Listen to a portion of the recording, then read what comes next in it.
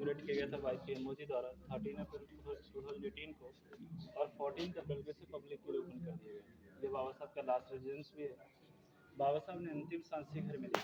पहले एक कोठी थी, इसको डिमोलिश करके मेमोरियल बनाया गया, और ये इंडिया का पहला एक ऐसा म्यूजियम है जो खुली संविधान की किताब के रूप में, because Baba Saheb was the man architect of Indian constitution, so museum खुली संविधान की किताब के रूप में बना। और यहाँ टोटल 5 जोन है और 27 एग्जिबिट्स, जिसका फर्स्ट एग्जिबिट्स है college of picture related to doctor Ambedkar life, और ये सारी में जिसको हमने मैग्नीफाई करके वॉल पे दिखाया है। जिसमें पहला है महू, जहाँ पे बाबा साहब का जन्म हुआ था 14 अप्रैल 1891 महू मध्य प्रदेश में, जिसे अब डॉक्टर अम्बेडकर नगर के नाम से जाना जाता है।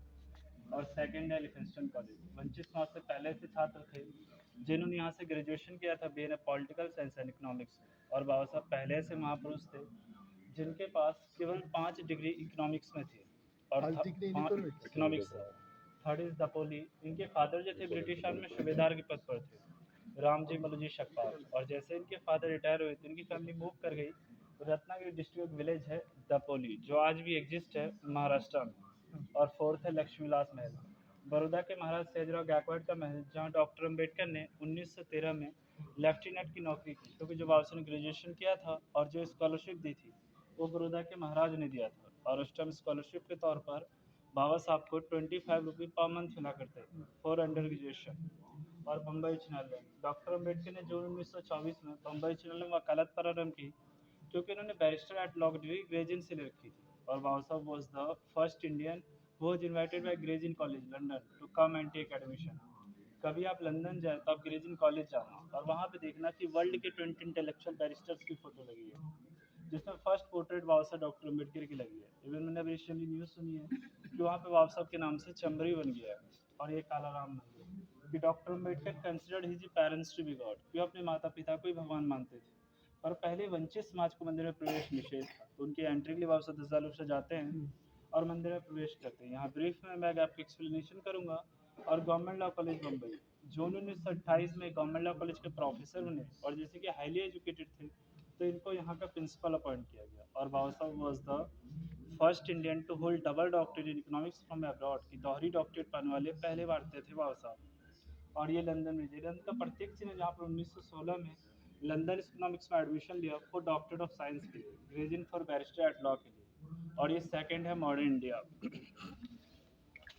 ये 5 केसेस जो बाबा ने मॉडर्न इंडिया में इंक्लूड किया था, जिसमें पहला है वोटिंग का अधिकार। वोटिंग का अधिकार था, पर पहले क्या होता था कि वाइफ के वोट झुंडी डालता था। बाबा ने बोला गलत है। बाबा साहब ने 1 वोट 1 वैल्यू की पॉलिसी दी। बाबा साहब ने बोला कि अगर एक पीएम वोट करेगा तो भी उसकी वैल्यू हो जाएगी, और एक जनरल बॉडी वोट करेगा तो भी। तो जिससे एवरी ईयर 25 जनवरी को हम एज इलेक्ट्रल डे सेलिब्रेट करते हैं। But you will be study on books, तो फ्रेंड पहले लैंड और ग्रेजुएट टैक्स फिर से वोट दे सकते थे, लेकिन बाबा साहब डॉक्टर अम्बेडकर ने सभी को वोटिंग का अधिकार दिया। और ये इंडियन कॉन्स्टिट्यूशन का फर्स्ट पेज है प्रियम्बल, और ये फर्स्ट रिप्रोडक्ट सेलिब्रेट किया गया था ना, इस प्रकार सेलिब्रेट किया जाता है।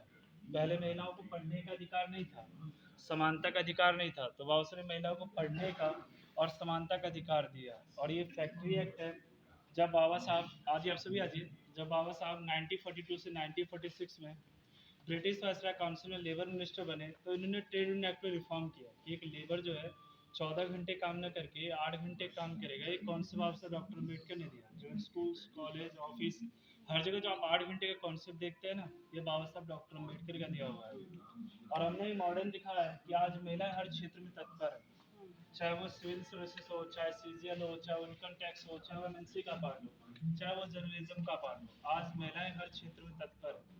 Vacancy is marching in every field. और ये हॉलो बॉक्स है, इसमें बाबा साहब की ओरिजिनल पिक्स है, कुछ राजगृह की है, कुछ लंदन की है, और कुछ कॉन्स्टिट्यूंट असेंबली की है। जो उस टाइम की कॉन्स्टिट्यूंट असेंबली, जिसे आज हम सेंट्रल हॉल कहते हैं, केंद्रीय कक्ष, वो उस टाइम की कॉन्स्टिट्यूंट असेंबली हुआ करती थी। और ये हमारा थर्ड एग्जिबिट है चाइल्डहुड, बचपन। इसमें बाबा साहब का बचपन दिखाया है कि जैसे कि बाबा साहब डिफरेंट क्लासेस से बिलोंग करते थे, तो इनका स्कूल में एडमिशन नहीं होता, लेकिन जैसे कि इनके फादर ब्रिटिश आर्मी में थे, तो उनके रेफरेंस से इनके स्कूल में एडमिशन तो हो जाता है, लेकिन इन्हें पानी पीने तक का अधिकार नहीं था।